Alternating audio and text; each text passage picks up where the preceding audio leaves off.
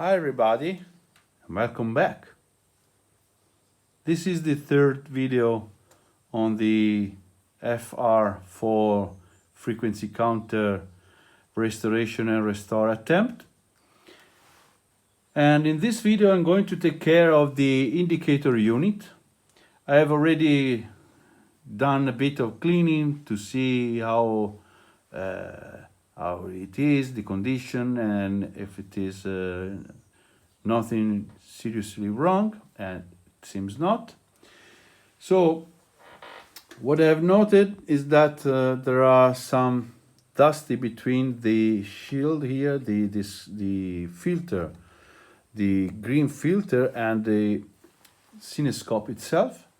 So I will remove the CRT, clean the filter, clean the CRT, reassembly, check the rear connector for any oxidation, and we will go from there.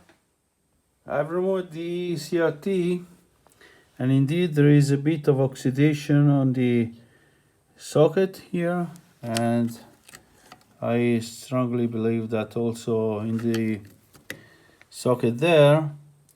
So I can now clean the filter and the tube itself.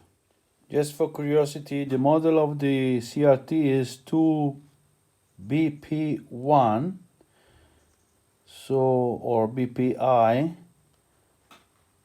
and yeah, it seems a very low hour.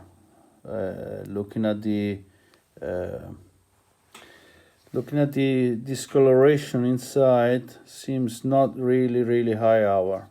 Hopefully it's still fine. Well, thinking at the edge of this rubber, it's incredibly soft. So this rubber is very high quality. So I can now give a good clean and polish to the filter. Cleaning with a brush, it's actually a brass brush. I've been able to remove the oxidation on the pins, and actually this discoloration, it's solder. It's a residues of solder, so shouldn't be a problem for the connection. So I can now reassemble the CRT. The cinescope is back in place. Well, it came pretty well to me. So at this point, we can proceed to make some electrical tests. The first thing that I want to check is the filament continuity of the CRT, which are on pin 2, the leads. So pin 2 and 3. This is pin 2, 1, 2, 3. And yes, we have continuity. So this is a good news, since if the filament is blown out, clearly we wouldn't have any chance to have the scope. So let's go ahead with the other tube checking and see how they are. All the tubes measure pretty fine, almost as new. So we can go to see how it is underneath. This is the inside. Well, not so much populated.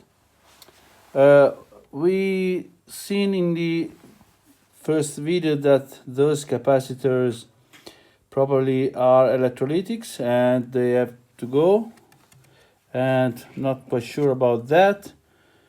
Hopefully they are not electrolytic. I will measure those.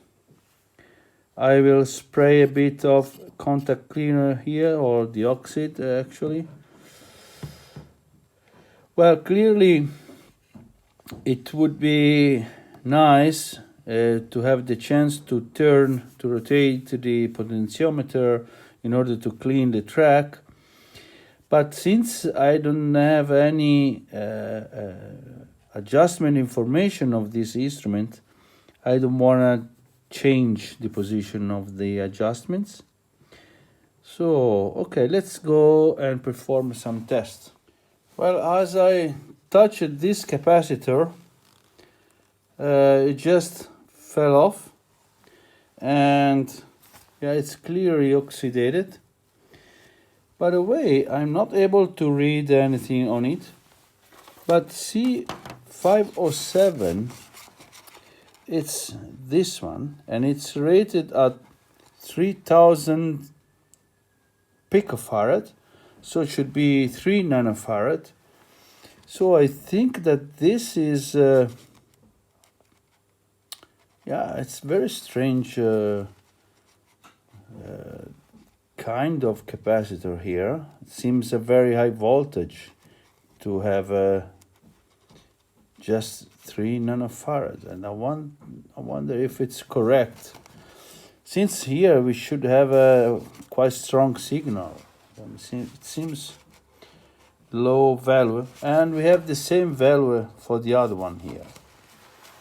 So let me check more in depth.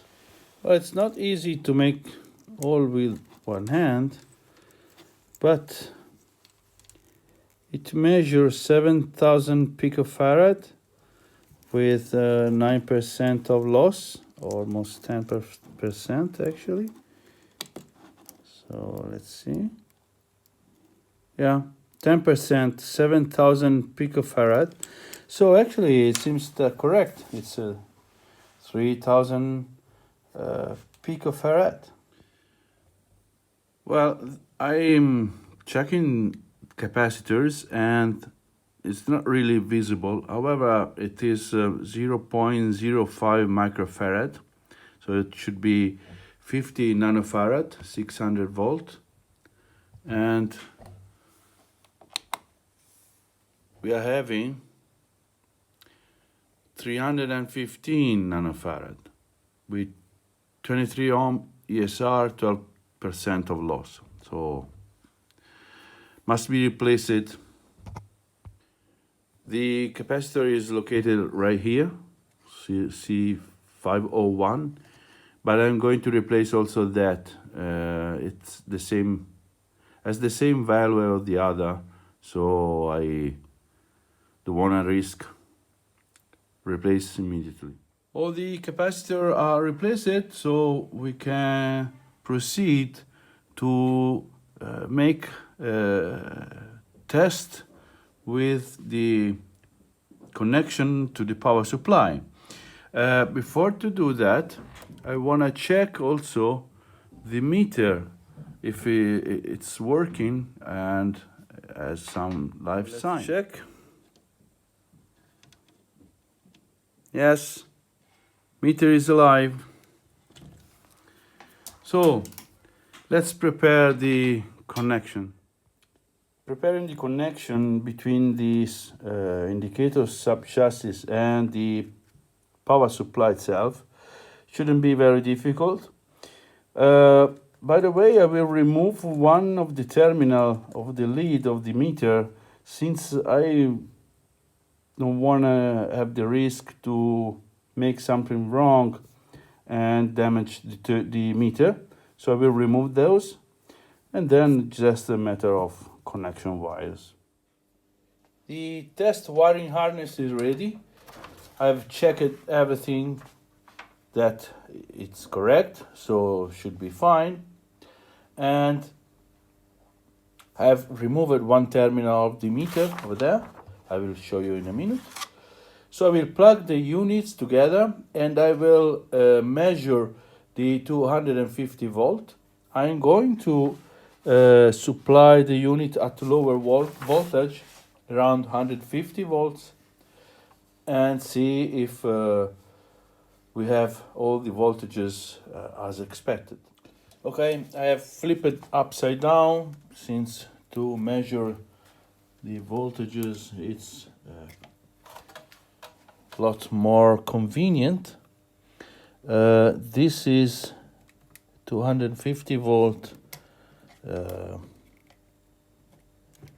measuring point that is comfortable. Let's switch on the meter.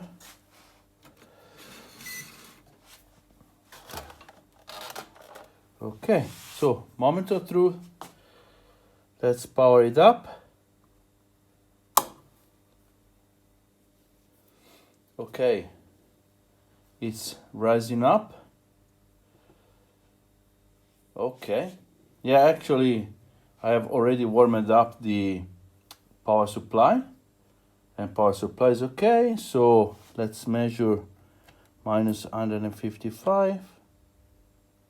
Sorry, plus 155, so 150. Oh, look at that. We have a sign in the scope. We have a spot right in the middle.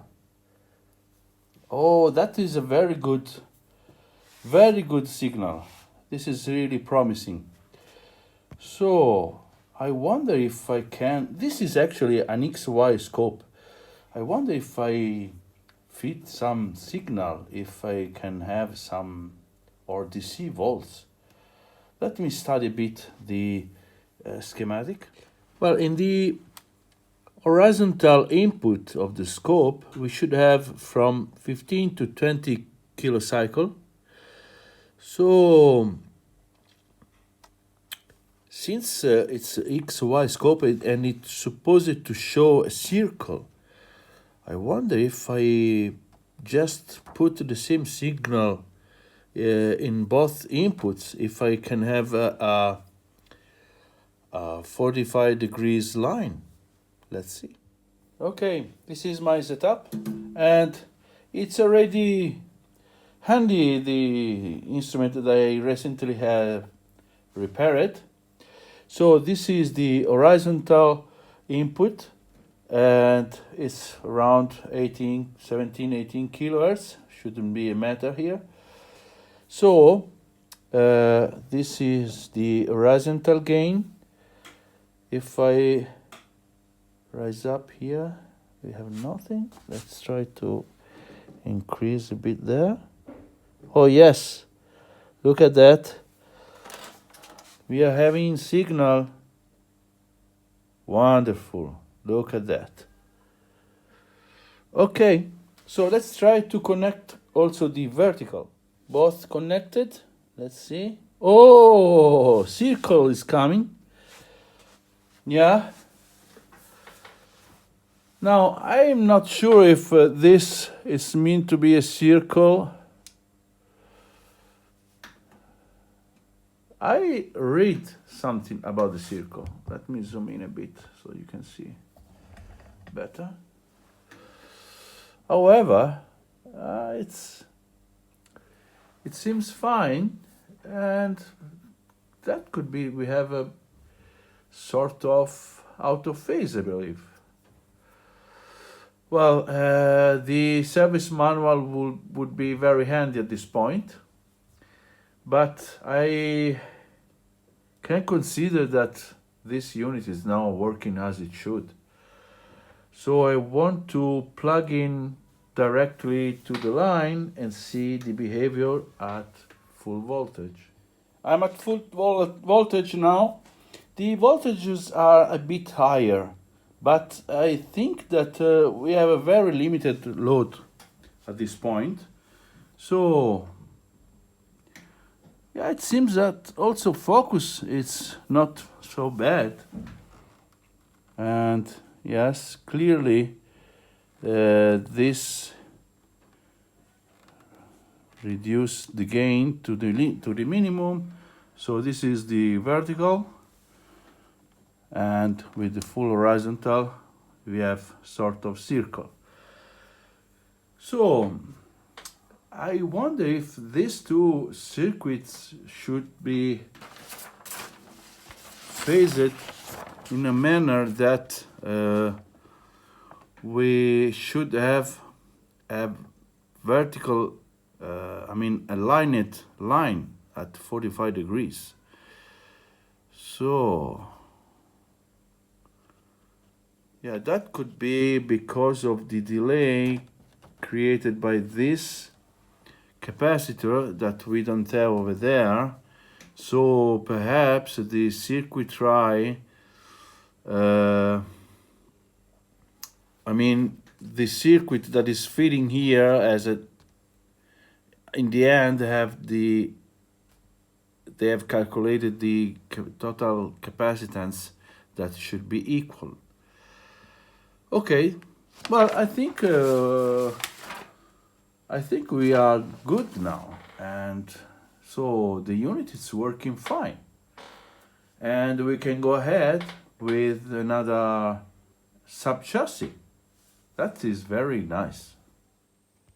Having these two modules running, the next one that I want to see if I will be able to let it run is the Oscillator Sub Chassis, which is I think one of the most challenging tasks on this repair or restoration. And yeah, the task is clearly to replace or find a solution for the overnized crystal oscillator. I have an idea that might be of help, so hopefully during the next video I will make it work. Clearly it's just a hope right now. So see you very soon. Thanks for watching.